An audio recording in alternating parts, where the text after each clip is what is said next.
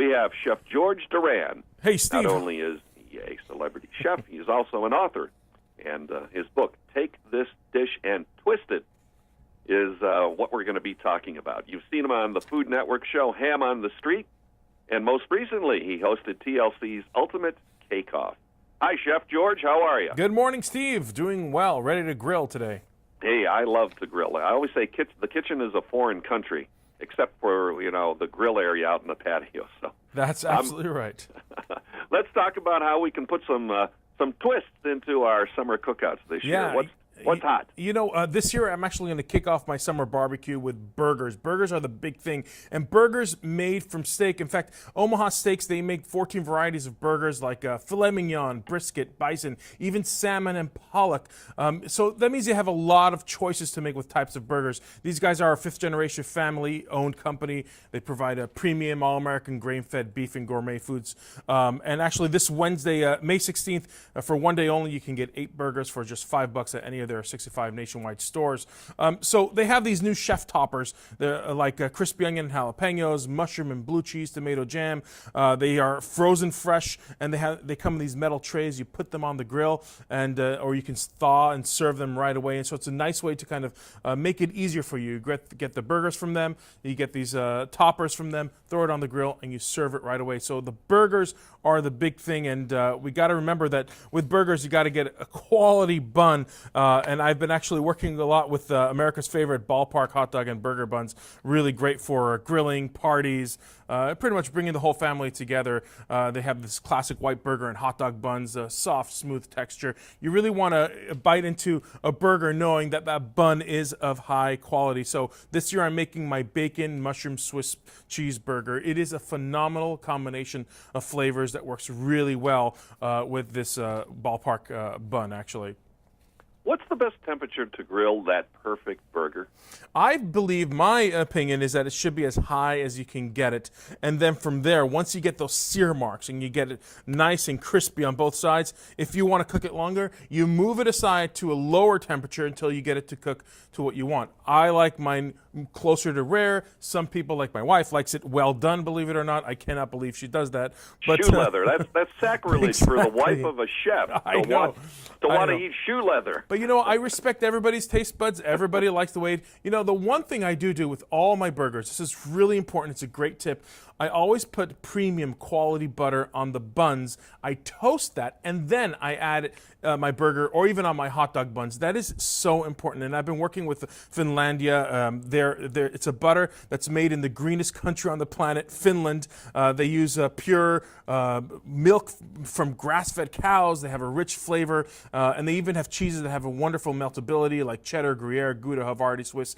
It's so important that you use quality butter when you actually spread it on the buns and you toast it, because it makes a world of a difference. Absolutely. And everybody tastes it. No matter what you're topping, no matter what your burger's like, the butter that you use to toast those buns with makes the difference entirely.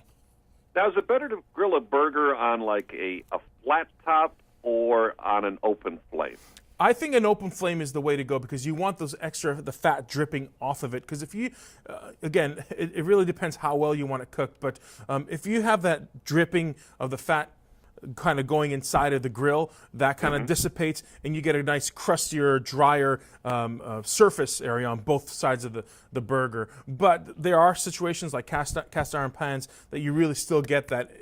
Yeah. The secret is to have super high heat, because you want all that liquid to evaporate and not kind of bubble your burger away. You want it to be a nice, crispy end. I want to just say one more thing. A lot of people forget about side dishes, and it's so important that you not only serve the burgers and the hot dogs this year, but you also make side dishes. The problem is that nobody has time.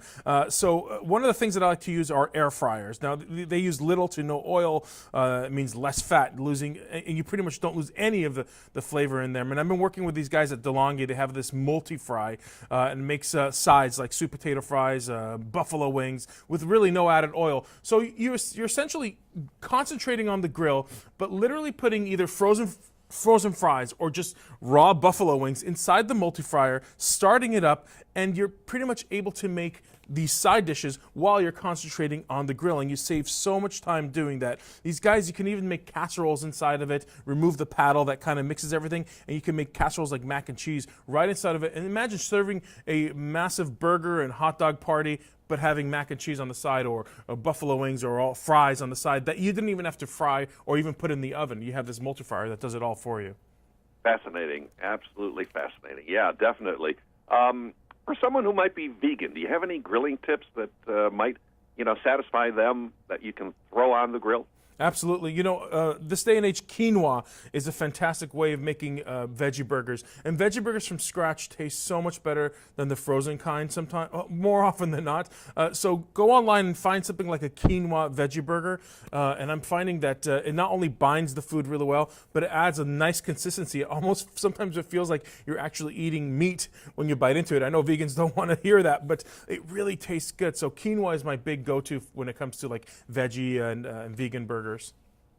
And for those of us who are looking for something to accompany our meal in terms of an adult beverage, you have any cocktail tips?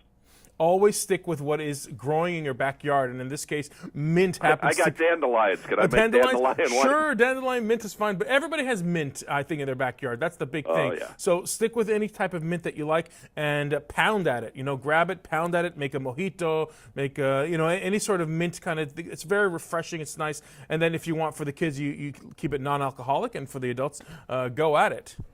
That sounds like a great combination there. All right, one of the other questions I have, too, is corn. Corn on the cob. Yeah. Is there a secret to grilling the perfect ear of corn? Is it in the husk? Do you put it in foil? Do you peel back the layers, or butter it, and then wrap it back up with the original vegetable stock and the husk, and then put it in foil? Do you soak it in water first? I mean, there are all kinds of different ways. What works the best? Here's the secret for making great corn. The husk is the aluminum foil for the corn itself. Grill it on the husk until it steams, because there's liquid inside of that husk. Grill it on high heat until it almost chars on the outside. That steam is going to penetrate the corn and cook it perfectly. And then you remove the husk and you put it back on the grill until you get grill marks. That's another flavor there. And once you take it off, it's going to be a perfectly cooked corn. And it's also going to be with nice grill marks and grill flavor to it. And then at the very end, you add your butter, your seasoning, your mayo, whatever you want to add to it, and you serve it. So grill it with the husk, then remove the husk and put it back on the hot grill to get those grill marks. Should you soak the husks in water before, for a few hours before you throw them on the grill? I don't know where that came from, but no, you don't have to do that. There's a lot of water content inside of the husk and the silk of the corn. There's plenty of water, enough that it will steam the corn. I guarantee you do not need to soak it in water ever, ever. Sounds great. Hey, tell us a little bit about your book. Take this dish and twist it. It's a twist on comfort food. So whatever comfort food you love, I have a twist on it. So if pepperoni pizza is your thing, I got pepperoni pizza soup. If you like, there's so many recipes that will kind of drive you into making the foods that you absolutely love, using comfort food as the main component. Got a twist on meatloaf? Oh, yeah, I got a meatloaf burger in there that is fantastic. Literally make meatloaf, slice it, and serve it as a burger. Now, your meatloaf recipe, is it all beef, all veal? Is it a mixture of beef, veal, and pork? What makes the best meatloaf? Beef and pork. You want something lean, so a lean beef or turkey even, but then you add some fat to it, too, to give it a little juiciness. Pork. No veal in your recipe? No veal in my recipe. I'm going to let those cows live till adulthood. Why not? There you go. Hey, Chef George Duran has been our guest, author of Take This Dish and Twist It. We're talking about summer cookouts and some things to do on the grill. And where can people get more information about some of these great tips, as well as your book, George? All this information and the recipes, you can find it at dailylounge.com. dailylounge.com. Chef George Duran, thanks so much for dropping by. Thank you, Steve. A pleasure to be on with you. It is coming up on 7:30. There you go, some great summer grilling tips. Anybody can be a grill meister, right? I'm looking forward to it. The only place you feel safe around food. The only place next to a grill. It's the only place I feel safe in terms of preparing Those food. burners in the kitchen scare the bejesus out Yes, of they you. do. Yes, there's just something about a kitchen. I have to get my passport and shots and everything.